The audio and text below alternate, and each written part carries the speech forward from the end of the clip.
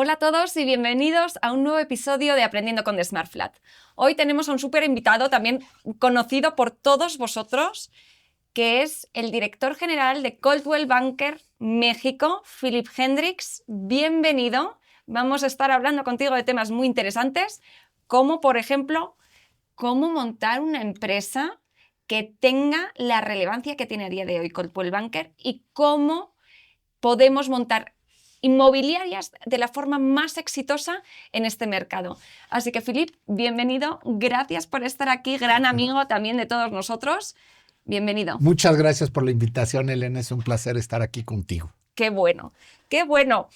Nos va a pasar como en todos los episodios que nos vamos a alargar porque aquí hablando de como entre amigos se nos alargan luego los tiempos y seguramente le tengamos que volver a invitar a otro episodio.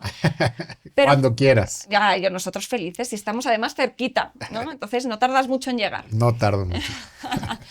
Que, Philip, cuéntanos cómo fue tu experiencia armando una empresa como Coldwell Banker en México. ¿Cómo empezaste? ¿Qué obstáculos? Cuéntanos un poco de esta historia. Yo no vengo del sector de los bienes raíces. Okay. Yo estudié ingeniería y antes de trabajar para Coldwell trabajaba para el estado de Texas. Representaba al gobernador George Bush en México. Uh-huh. Y por azares del destino, un día en un evento conocí a un señor que se llamaba Richard Smith, que él era el franquiciatario más importante de Coldwell en Texas. Y me platicó que había adquirido los derechos para México de Coldwell Banker. Uh-huh. Y él y yo hicimos una gran química, un tipo magnífico para mí, la persona que yo he conocido a lo largo de estos 25 años que llevo en el negocio inmobiliario, que más conoce del tema. Uh-huh. Una claridad impecable en los conceptos. Y me dijo, ¿quieres? Y pues aquí estoy 25 años después. Madre Fue muchísimos retos. ¿Por qué? Porque se tenía una idea cuando mucha gente oye, es que México tiene 120 millones de consumidores. Uh-huh. Piensan que son 120 millones de consumidores como lo son en Estados Unidos, con el potencial de compra, con la rotación que tienen de la vivienda, todos los cambios que hacen a lo largo de su vida, con las facilidades económicas, con todos los temas legales que facilitan el negocio inmobiliario. Pero cuando llegas a México te topas con una realidad totalmente diferente. Cuando yo empecé era 1999. Okay. Veníamos saliendo de la crisis de 1994. Entonces en México no había hipotecas. No había un banco que diera una hipoteca porque las tasas de interés todavía eran muy altas. Y la crisis del 94, como muchos recordarán, pues uno de los grandes afectados fue el sector de las hipotecas. Por eso se crea el FOBAPROA y todas estas organizaciones que ayudaron a resolver un poquito el problema. Entonces, ese es un primer gran reto, que había una falta de alineación en las expectativas muy grandes. Uh-huh. Luego Coldwell, una marca legendaria en Estados Unidos con una reputación increíble, pero que para los mexicanos se dificultaba el nombre Coldwell Banker. Sí. Todo el mundo decía, Coldwell Banker, pues dame un crédito. Exacto, sí. Soy un crédito. Sí. Tú vienes a dar hipotecas a México, tú quieres tarjetas de crédito, tú créditos para coches. Entonces eso fue un primer reto. Y luego las herramientas que se tienen en Estados Unidos uh-huh. no siempre aplican. Ajá. Para México. Uh-huh. Hay muchas cosas en Estados Unidos que se basan en el tema de la licencia, sí.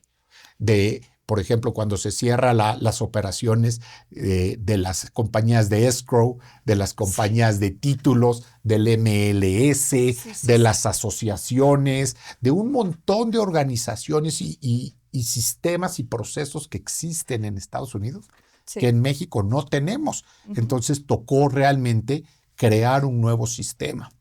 Yo me acuerdo cuando fui al curso de inducción de la marca en Estados Unidos, estuve como 2 semanas. Y yo veía y oía lo que decían y decía, híjole, ¿por dónde voy a empezar? Sí, claro. No hay por dónde empezar. Y me regresé a México y había como 40 cajas. ¿Cajas de qué? Con carpetas, con información, con videos. Okay. Y yo creo que como los primeros 3 meses las vi todas, leí todas, hice anotaciones en todas. Y cuando acabé, fui y las guardé en la cochera de mi casa. Y ahí estuvieron por muchos años. No las volví a abrir, porque no aplicaban para el mercado mexicano. Había que hacer otra cosa totalmente diferente para el mercado mexicano. Es una pregunta y te voy a cortar aquí. ¿Tú crees que esa diferencia a día de hoy sigue siendo igual de grande? Yo creo que se ha hecho más grande. Yo creo que la diferencia se ha hecho más grande, porque el sistema en Estados Unidos ha continuado avanzando a pasos enormes. Exacto. Por ejemplo, hoy el tema de la tecnología en Estados Unidos es pilar de la actividad inmobiliaria. Tremendo. El asesor en Estados Unidos que no puede manejar la tecnología, le hace desde los sistemas de CRM, las páginas web, todo el tema de las redes sociales, de los videos, de todos esos momentos en los que la tecnología viene a complementar el negocio, en Estados Unidos se han explotado. Exacto. Y aquí ha sido mucho más lenta y gradual la implementación. Entonces yo creo que la brecha se ha hecho mucho más grande. ¿Y tú crees que si ahora se agarra todos los sistemas que hay en Estados Unidos y se traen para acá, funcionarían? No, no funcionaría. Es que yo no creo que funcionaría. No. Nuevamente, si se tomaran los sistemas como están, yo te diría, híjole, no se podrían implementar. Para empezar, porque la mayoría de los sistemas en Estados Unidos se basan en tomar la data de las propiedades de los sistemas MLS. Correcto. Que en Estados Unidos mucha gente habla del tema de la licencia como siendo el gran regulador. Y no es la licencia el gran regulador, es el MLS, donde realmente se aterrizan las prácticas del día a día, las buenas políticas, la capacidad de compartir la información entre empresas, ahí es donde está. Correcto. Una empresa en Estados Unidos que no es parte del MLS no existe. No está funcionando. Exacto. No existe. Totalmente de acuerdo. Entonces, esa tecnología ha permitido que el negocio siga creciendo, que tenga un dinamismo muy importante. No, ya te corté, te interrumpí porque sí me llama mucho la atención y no te quiero cambiar de tema, pero yo veo muchas empresas también, startups, que deciden voy a copiar el modelo exacto de Estados Unidos, lo traen aquí y no funciona y no va a funcionar. No va a funcionar. Hasta la forma en que somos los mexicanos es muy diferente a como somos los gringos, como enfrentamos los problemas. Hay temas que yo sé que tú has percibido, hasta como nos hablan. Tiene que ser diferente. El americano es confrontacional. La confrontación, hablar fuerte, hablar de obligaciones, hablar de accountability, es un tema que en Estados Unidos es abierto entre la gente. Y no esperas que le echen azuquitar para podértelo pasar. Totalmente. Va como va. Exacto. Y los mexicanos no nos gusta ese tema de va como va. Sí. Entonces, hay muchísimas diferencias entre cómo se maneja el mercado en Estados Unidos y cómo se maneja en México. Interesante que comentes que a día de hoy hay más diferencia incluso que antes. Sí, yo sí percibo más diferencia que antes. En Estados Unidos, por ejemplo, el tema de la licencia sigue como un tema vigente, 100% obligatorio en todos los estados. Sí. Aquí en México no tenemos ese tema. Por ejemplo, tenemos el tema del el MLS, que es de una organización que no tiene jugadores que puedan estar comprometidos, que la información es totalmente transparente, que la información es totalmente clara y que el propósito fundamental del MLS es atender al cliente vendedor. Atender al cliente vendedor, ¿cómo? Vendiendo su propiedad en el mejor precio posible, en el menor tiempo. Y eso solo se puede hacer en muchos casos si compartimos Información, si tus clientes saben que les vas a mostrar, tus clientes compradores saben que les vas a mostrar todo el mercado. Correcto. Y al compartir, tú tienes la seguridad que yo como asesor del vendedor te voy a poder pagar una comisión porque la propiedad está en exclusiva y a una comisión. Sí, sí. Sí, sí. Entonces, eso da certeza al mercado, eso da la habilidad de compartir la información y entonces a mayor información, a compartir la información más veces, lógicamente se generan más interés por las propiedades, más clientes vendedores, más clientes compradores con la capacidad de ver las propiedades y por ende los tiempos son más cortos y hoy en Estados Unidos vemos claramente que muchas casas cuando se venden no solo tienen una oferta, pueden tener muchas ofertas de compra, lo que resulta en un precio de venta por arriba del precio de la incorporación. Sí. Entonces eso es valiosísimo. Valiosísimo, pero luego aquí llegas Ajá. y el asesor inmobiliario no quiere darte ni la información de nada en las herramientas. Eso sucede por un tema bien sencillo, el tema de la opción contra la exclusiva. Uh-huh. Si tú tienes tu propiedad en exclusiva a una comisión que te permita compartir, uh-huh, tú quieres abrirla a todo el mercado. Sí. A todo el mercado. Que todo mundo vea tu propiedad. Uh-huh. Y mal informados los clientes piensan que si tú le das la propiedad a muchos asesores Se en va a vender opción, más rápido. se va a vender más Y rápido. es al Y contrario. así no sucede. El asesor que toma la propiedad en opción, Uh-huh, se la guarda en la bolsa uh-huh, y la tiene que cuidar como oro. uh-huh. ¿Por qué? Porque si otro asesor sabe que tiene el cliente para esa propiedad y que tú no la tienes en exclusiva, es muy fácil que vaya y le toque la puerta al propietario y le diga, señor, yo sí le traigo al cliente. Uh-huh. Eso es una gran diferencia. Otra gran diferencia que eso nos permite, el MLS nos permite saber realmente cuáles son los precios de las propiedades. Sí.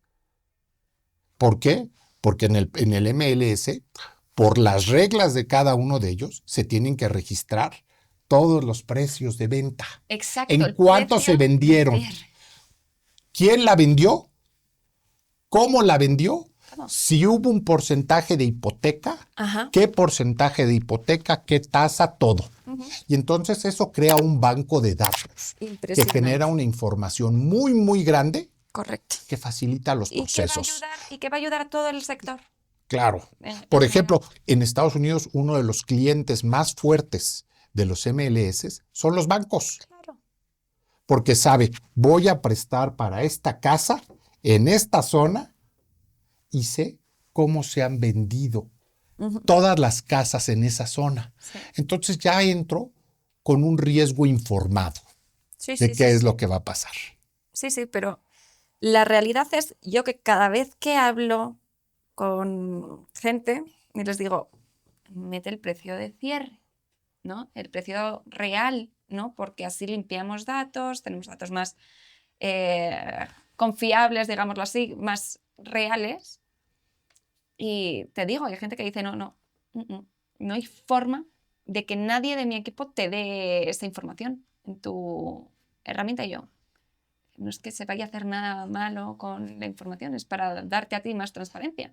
Entonces, ¿por qué crees que hay ese rechazo? Híjole, creo que puede haber muchas razones, de la cual una, no voy a entrar en ella, pero la falta de transparencia en el mercado en México uh-huh. nos ha ido retrasando año con año más. Uh-huh. Yo, por ejemplo, cuando empecé en el negocio en la Ciudad de México, un porcentaje muy importante de las propiedades sí se exclusivaban. Y hoy veo con tristeza que cada vez es menos el porcentaje de la... Y tendríamos que evaluar por qué es. Uh-huh. Sí, sí. Entonces, ese es todo un tema súper importante. Entonces, yo sí creo que la brecha entre México y Estados Unidos se ha ampliado, que el mercado en México, en muchos sentidos, ha cambiado, no necesariamente para bien. Lo que te decía, vemos más opciones que exclusivas. Vemos un tema de comisiones a la baja. Y vemos un tema de que aunque se podría compartir, es mucho más difícil compartir de lo que era antes, a pesar de los medios electrónicos de información. Sí, sí. ¿Y qué crees que o tendríamos que hacer en general como industria unida para que esto o que esa diferencia igual no sea tan grande o que hacer crecer un poco más el sector o fortalecerlo en todos estos temas? A mí me encantaría ver el tema de las exclusivas. Eso a mí se me hace que es un factor diferenciador del negocio importantísimo. Yo creo realmente teniendo asesores profesionales que puedan presentar los argumentos a favor de que el propietario dé la propiedad en exclusiva. Mira, yo te digo, yo trabajo, lo sabes, trabajo con muchas asociaciones y cuando me han llamado para hablar con alguna de ellas, llamando un poco a la tranquilidad por tema de algunas plataformas tecnológicas que están subiendo precios, etcétera, etcétera, pues me dicen, no, es que, digo, yo siempre soy la primera que dice, oye, busca la exclusiva. De hecho, tenemos podcast de cómo conseguir una propiedad en exclusiva, cómo hacerlo, ¿no? De la forma correcta. Pero con lo que yo me topo en esas reuniones o con asesores que son profesionales, están en asociaciones, etcétera, etcétera, me dicen, mira, no, es que la verdad, la exclusiva, yo no soy capaz de conseguirla y no creo en la exclusiva. Esto, como diciendo, ya no existen, ya ningún profesional, ningún propietario te da una exclusiva. Y luego hablo con otros, tal vez, ¿sabes? Y dicen, no, claro que sí consigues la exclusiva. Si tú demuestras esto de tu profesionalidad, demuestras tal, haces un buen análisis, haces tal. Pero, en general, en la mentalidad que yo veo general, entre los profesionales, entre los asesores inmobiliarios, es no. Yo te voy a platicar dos historias. Una que veo todas las mañanas. Cuando voy de mi casa a la oficina, paso por una casa que tiene 7 letreros. No, es que de anunciantes. Y me he dado a la tarea de hablar a las 7 propiedades, a las 7 inmobiliarias. Sí. Y lo que me he tomado es, hay 7 inmobiliarias y un gran perdedor. ¿Por qué? Porque el propietario es el gran perdedor. Porque esas 7 inmobiliarias, cada una tiene una historia diferente de la casa. Es raro que coincidan en los metros, en la distribución, en el año en que se construyó la casa, en el estado de conservación de la casa. Más importante, en el precio. Hay diferentes precios. Y luego, de esas 7 inmobiliarias, varias toman una historia de motivación del propietario para vender. Que le den la torre al propietario, porque te dicen, está muy motivado para vender. Ofrézcale, ya lleva mucho tiempo vendiéndola.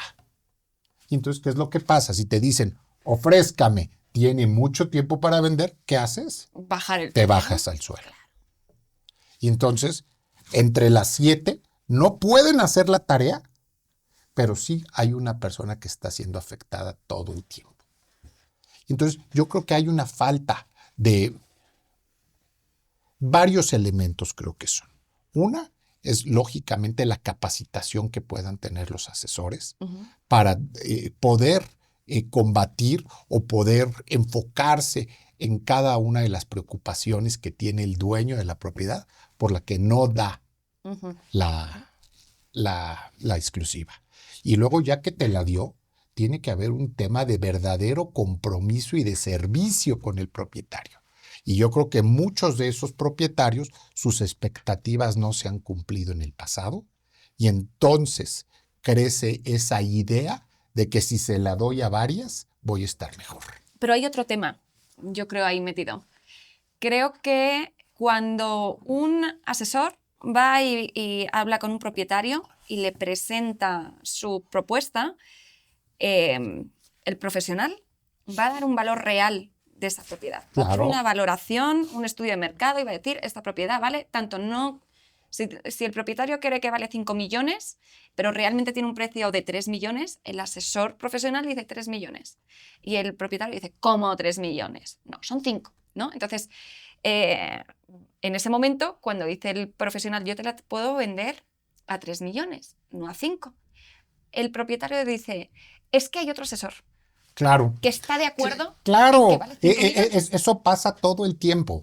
Eso pasa todo el tiempo. En una propiedad en exclusiva, el asesor y el propietario llegan a un precio conjunto en base a las posibilidades que sí tiene la propiedad de venderse. Lo que tú decías, puedes llegar a un acuerdo con el propietario de decir, bueno, ya vimos que tu casa no vale 5 por estas razones. Vamos a salir en 4 y vamos viendo qué va pasando. Sí, pero luego... Y entonces, a lo largo del proceso, tú vas a poder identificar como asesor si la propiedad sí está en 4 millones o no. Si te hablan y te dicen, oiga, ¿cuánto vale esa casa? Y tú le dices, 5 millones. El cliente que está buscando ha visto cientos de propiedades y sabe, tiene ya un número en la mente que se le ha creado a base de su investigación y te va a decir, no, está carísima. Sí. O cuando ya la enseñas, te dicen, sí, me encanta, pero está muy cara. Y entonces, ¿qué pasa? La propiedad se va quedando en el mercado. Cuando la propiedad es en opción, no hay esa negociación, no hay ese feedback para el cliente. Sí, no. Porque tú haces como que me contratas y yo hago como que trabajo. Sí. Entonces, esa es una gran brecha que hay en el negocio. Sí, pero ya también entra otro factor, bajo mi punto de vista. Tú como asesor presentas y dices, no vale 5, vale 3, lleguemos a un punto intermedio, 4. Pero ese propietario, a la vez, como tiene esa mentalidad de cuantos más vendan mejor, voy a darle la propiedad a otro asesor que me diga, no, ni siquiera 5, vale 6, ¿sabes? Entonces, va a preferir, independientemente, o sea, tienes que tener muy buenos argumentos y sólidos para demostrar la ese exclusiva, precio. claro. Y el propietario, luego, o ponte que habla con otro profesional que le dice, no, sí, vale 4, ¿no? Son 2 profesionales y está viendo a quién darle la exclusiva. Pero luego empieza el tema de la comisión. Claro. Entonces, eso es otro tema, que luego encuentras asesores que tal vez no sean tan profesionales, que están dispuestos a trabajar por un 1.5% de la comisión. Entonces te da la torre a los... Porque ¿cómo va a compartir ese asesor con otro asesor? No tiene la capacidad de compartir. Parte de que la comisión sea razonable dentro del mercado es que tú puedas compartir una parte de esa comisión con quien te trae al comprador y que él se vaya contento. Claro. No que haya el argumento, a mi comprador, aunque sé que esa propiedad le podría gustar, no lo voy a llegar porque la comisión no vale la pena. Y que ese es un pensamiento totalmente lógico, como de hombre de negocios o persona de negocios que está dedicada al negocio inmobiliario. Entonces es todo un tema que complica el negocio. En Estados Unidos recientemente hubo el tema de esta super mega demanda que hubo en la que decían que los compradores habían sido engañados que los propietarios habían tenido que pagar la comisión de un asesor que ellos no habían contratado. Y se hizo toda una demanda, todo un proceso, un litigio muy grande, se llegó a una resolución. Y hoy que vemos qué es la diferencia, que muchos de los vendedores están de acuerdo en pagar esa comisión full. Nada más quieren saber cuánto le vas a pagar al asesor que está trayendo al comprador. Sí, pero ahí es muy diferente, ¿no? El proceso. Ahí hay un asesor que representa la parte que compra y a otro que... En la mayoría de los estados no se puede representar al comprador y al vendedor, porque entonces entrarías en un tema de conflicto de intereses. Claro. Y entonces, pues eso pasa. Sí. Y aquí, ¿cómo lo ves todo ese tema? de representación. Porque... Yo veo que hay muchas operaciones que sí se pueden hacer, que el asesor que es profesional, que tiene los valores éticos y el mejor interés de sus clientes en mente, sí lo puede manejar. Porque sí hay negociaciones que pueden ser ganar-ganar. Yo sí creo eso firmemente. Que una buena negociación no es yo gano, tú pierdes. Una buena negociación es los dos nos vamos contentos, los dos logramos lo que queremos y los dos estamos a gusto con el resultado final. ¿Y no crees que también puede ser una parte de autoestima del asesor inmobiliario? ¿A qué me refiero? Creo que un asesor que valore su trabajo, que sepa que es bueno, va a poner su trabajo en un precio bien, ¿no? Porque es lo que se merece, porque lo va a hacer bien. Pero siento que, no sé si por cultura, por ciertas personas, etcétera, como que no se creen merecedoras y bajan su precio. Yo creo que es un tema tal vez de lo que tú dices, de tener los argumentos firmes y estar convencido que tú como asesor inmobiliario tengas la convicción de que puedes tomar una propiedad en exclusiva y a una buena comisión. Y lo que decía antes, que no solo la vas a tomar, sino que durante todo el periodo del contrato vas a trabajar realmente, diligentemente por el propietario. Yo creo que una de las cosas que a todos los consumidores nos pasa es no que las cosas salgan mal, sino que las cosas nos sorprendan. Porque si te voy informando a lo largo de todo el proceso cómo van las cosas, tu expectativa se puede ir ajustando. Sí. Pero si siempre te digo que todo va bien y luego no, y al final del día todo sale mal, tu expectativa queda terrible. Sí, sí, totalmente. Y que hemos cambiado la dirección del podcast así. Sí, nos fuimos por otra vertiente. Fuimos por otra vertiente totalmente diferente, pero continuando un poco con este tema, porque la verdad lo has tocado, el tema de Estados Unidos y México, porque es un tema muy interesante y se nota que lo conoces muy bien. ¿Ves otros temas que también sean muy diferentes a día de hoy, aparte del MLS o de la tecnología, que sean muy diferentes? Tal vez mentalidad del sector, tal vez procesos o licencias o reglas o... Pues yo creo que todos esos procesos que hay en Estados Unidos, todos esos procesos legales y, vamos a decir, y regulaciones que ha creado el mercado por sí solo, eso influye muchísimo. Porque se vuelve un camino. Yo siempre he dicho, vender en Estados Unidos es ir por el camino y saber dónde están los posibles problemas. ¿Por qué? Porque desde un inicio desde muy fácil tú puedes identificar cuál ha sido el proceso legal de la propiedad, cómo ha transicionado esa propiedad a lo largo del tiempo, si esa propiedad tiene gravámenes, si esa propiedad sí es vendible. Correcto. En México, muchas de las cosas que hay hacen complicado, no que no se pueda hacer, hacen complicado ese proceso. ¿Cómo que? Por ejemplo, el tema de saber si una propiedad tiene un gravamen o no. Tienes que ir al registro público y pedir una constancia de folio. Y entonces todo eso van siendo barreras que se va creando en el mercado. Mientras que en Estados Unidos, el asesor desde su computadora puede ver y ya le sale la información. Totalmente. Y entonces eso aporta una gran claridad al negocio. Aporta que sepas cuál va a ser el camino para llegar al final.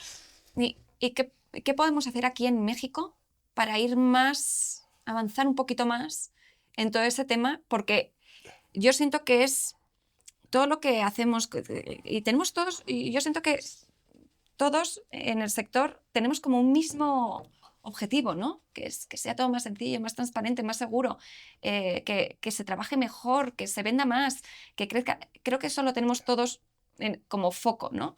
Pero la realidad es que a la hora de la ejecución es mucho más complicado de lo que parece, ¿no? Entonces, siento como que hay que ir aquí en México un poquitito para atrás para que se suba el asesor inmobiliario, que es al final del día, el que mueve el sector, el que está vendiendo las propiedades y dando el servicio al cliente, ir un pelín para atrás para agarrarlos y llevarles hacia ese objetivo. Yo creo que aquí habría 3 grandes jugadores en esto. Habría el profesional inmobiliario, las asociaciones y, lógicamente, el gobierno. ¿Por qué? Porque puede haber leyes muy buenas en el sector inmobiliario, pero si esas leyes no tienen dientes para protegerse, terminan siendo letra muerta. Las asociaciones representando de una forma fuerte al profesional en el gobierno y participando activamente de cómo se crean esos procesos. Y luego el asesor bajo un proceso, súper riguroso de profesionalización. A mí me encanta en México el ejemplo de la Comisión Nacional de Seguros y Fianzas. Mi mamá siempre fue vendedora de seguros. Y yo experimenté ese cambio a través de ella, de pasar de ser asesores informales, asesores poco preparados, al proceso que hubo para obtener una licencia como corredor de seguros profesional, todos los procesos de capacitación que tiene que llevar ese asesor y el cumplimiento y la regulación que existe. Yo creo que ese sería un esquema que funcionaría brutalmente bien en el sector inmobiliario. Sí, ¿qué hay que hacer para...? Pasos gigantes. Esos son pasos gigantes. Es que yo creo que realmente si se trabaja en conjunto, los líderes, asociaciones, etcétera, y se va paso a paso, poco a poco se consigue. No puede estar el sector así dentro de 10 años. Creo que nos faltaría a todos, poner nuestros intereses personales un poquito de un lado y avanzar todos por el bien de la industria. Y eso no ha sucedido. No. Yo creo que sí ha habido jugadores, y te incluyo, que en los últimos años sí ha hecho eso, ha visto cómo sí unirse, cómo sí empujar en conjunto con aliados, con competidores, con asociaciones, cómo ver por el bien de la industria. Pero sí es cierto que pues es complicado, ¿no? Mantenerlo y seguir empujando. Yo creo que todos tendríamos que dejar al lado un poquito nuestros intereses particulares y enfocarnos en lo que es lo más importante, nuestros clientes. Ahí debe de ser todo donde debe de surgir. Regresando al tema de los seguros, yo creo que hoy los clientes reciben una atención mucho más informada, mucho más estandarizada. Ese es un término muy importante, estandarización. Sí. Y mucho más formal de los asesores de seguros, porque han pasado un proceso de capacitación riguroso y obligatorio. Para todos. Para todos. Nadie puede vender seguros en México si no tiene una licencia como vendedor de seguros. Y ellos van mucho más allá, porque puede haber programas patrimoniales de seguros que requieran una certificación adicional y basado en competencias. Hoy hay una carrera de asesor profesional de seguros, hay maestrías, hay doctorados de ese tema. También hay muchas certificaciones que ofrecen las asociaciones aquí para profesionales inmobiliarios. Pero entonces, ¿qué pasa? Te digo, creo que los intereses de todos los jugadores de la industria no están alineados. Ya. Pues tendríamos que ver cómo sí, ¿no? Claro. Siempre decimos lo mismo para ver cómo sí, y ahora hablamos siempre, y ha salido, lo digo en todos los podcasts, vuelve a salir en este podcast el tema de la licencia. Claro. Ha salido, yo creo que en todos los que hemos grabado. Y lo que no llego a comprender es por qué en algunas industrias o sectores, como el de seguros, sí, pero aquí no. Creo que sucedió eso, que los jugadores más relevantes, o sea, el gobierno, las asociaciones y en aquel momento las empresas de seguros, juntos decidieron dar ese paso. Tiene que ser un paso que vayamos juntos, si no, se va a crear una legislación que no pueda aplicar al caso, o que va a ser tan difícil la implementación de esa ley que no va a funcionar. Ya.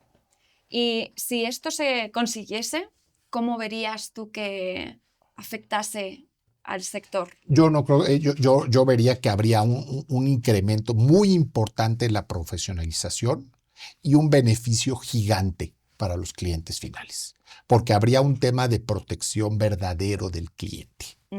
Tanto de vendedor y comprador. Exactamente. Sí.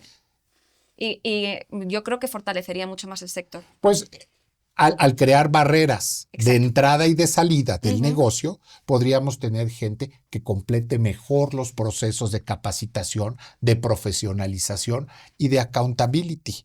Un asesor de seguros profesional tiene que tener un seguro de errores y omisiones, porque tiene una contingencia legal si da una información mal dada. ¿Cómo funciona esto en Estados Unidos? Igual, hay un seguro de... Yo creo que mucho de la ley de los seguros y la ley inmobiliaria en Estados Unidos se parecen. Ok. Pues sí, yo creo que todo esto, si se llegase a ejecutar, bajo mi punto de vista, creo que el sector inmobiliario sería mucho más rico por la gente que esté activamente participando de la forma correcta. Y creo que uno de los grandes problemas que hay a día de hoy es todo esto de los improvisados. De la gente que se despierta un día y dice, ya estoy listo para vender. Sí, recibí la propiedad de mi abuelita o de la vecina, me aburro en casa y voy a promoverla. Creo que eso hace daño al gremio profesional de verdad. Tú me has oído muchas veces decirlo. Yo soy un convencido de que los derechos de los clientes deberían de estar por encima de cualquier cosa. Porque tú y yo sabemos que la compra o la venta de la casa puede ser la operación patrimonial más importante que hace la mayoría de las personas.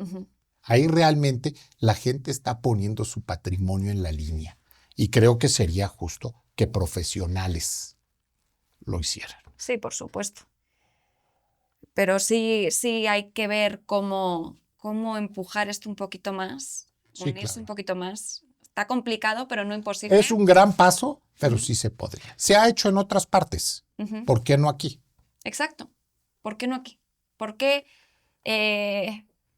Y luego también yo siento que México siempre mira mucho a Estados Unidos, ¿no? Dice, es que mira en Estados Unidos lo que tienen.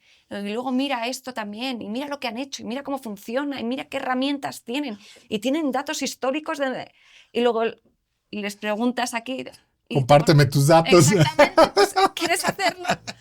Pues hagámoslo. Sí, claro. No. Entonces, ¿por qué miras para allá y dices, oye, me falta esto aquí, ¿sabes? Totalmente. ¿Cómo? ¿No crees que vaya un poquito más allá todo este tema? Más detrás de las personas. Claro, acuérdate que estamos en la industria por excelencia de las personas. Correcto. Y entonces todo empieza y todo acaba con las personas en este negocio. Sí. Y es que siento que como que hay una barrera que ya es un poquito más... que son las personas que trabajan en el sector, que quieren llegar, pero no quieren hacer lo que tienen que hacer para llegar. Muchas veces... En la vida, tú sabes, queremos hacer muchas cosas o visualizamos muchas cosas, pero cuando llegamos al momento de hacer lo que es necesario para lograr esas cosas, es muy difícil.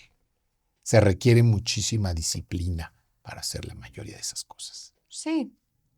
Y tendríamos que renunciar a muchos de los beneficios que se otorgan o que existen por la falta de profesionalización. Es que a mí me cuesta mucho entender por qué la gente se queja y luego no hacen. ¿Sabes lo que te digo? Porque es mucho más fácil quejarse que hacer. Sí, totalmente. y siempre es la culpa es de los demás. Claro, ¿no? claro. Entonces, pero... Y todos participamos en eso. Si tú lo ves, todos participamos en eso. ¿En qué es eso? En el tema de que es mucho más fácil quejarse que hacer y que los pasos que se requieren para hacer el sector inmobiliario profesional. La gente que hemos estado en el negocio ya durante bastante tiempo, los entendemos, pero no estamos dispuestos a hacerle, a dedicarle, a invertir para hacer esas cosas. Bueno, pero hay veces que no es tanto, que no es para tanto, ¿sabes? Que son cambios muy chiquititos lo que tiene que hacer el asesor inmobiliario para llegar hasta ahí en sí mismos, ¿no? Claro, todo empieza con pasos pequeños. Como ser una persona, pues, ética a la hora de trabajar, como buscar esas colaboraciones de la forma correcta, como, ¿sabes? Totalmente. Entonces, yo siento que va mucho sobre la persona en sí, ¿sabes? Que es un gremio que quiere cambiar, pues es que quieren cambiar, ¿sabes? Quieren avanzar, quieren evolucionar, quieren tener mejores herramientas, ¿sabes lo que te digo? Pero querer y hacer nuevamente son dos cosas bien diferentes. Sí, sí.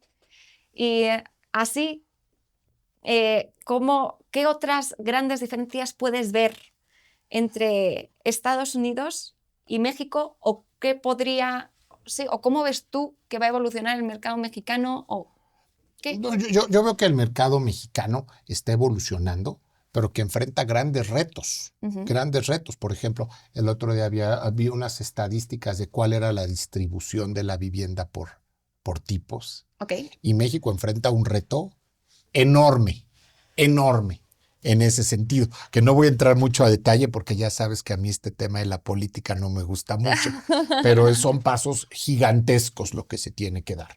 Sí. Existe una cultura totalmente diferente de cómo visualizamos la casa.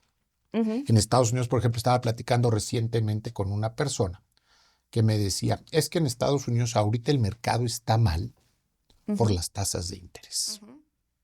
Platícame, le digo. Sí, me dice, normalmente en mi mercado yo sé que las propiedades tienen un propietario permanece en una propiedad por un ciclo como de 5 años. Le digo, a ver, platícame más.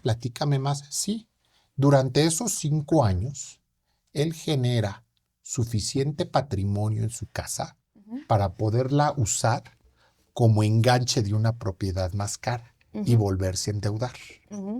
Pero que el momento en que las tasas de interés estén caras, rompe ese ciclo. Porque en la casa en la que está actualmente, tiene una hipoteca que tal vez se pudo haber generado durante el COVID de 2 o 3%. Y salir y tener una casa nueva le va a implicar una hipoteca del 6%. Sí. Entonces, financieramente no hace sentido. ¿Y qué es lo que ha resultado? Que sí se ha bajado el número de las transacciones, han subido los precios de las propiedades muchísimo en Estados Unidos por la falta de oferta y que los propietarios han generado mucho más plusvalía, mucho más patrimonio dentro de las propiedades. No solo porque pagan cada mes, sino también porque su propiedad sube a una velocidad mucho más dinámica que el tema de la inflación.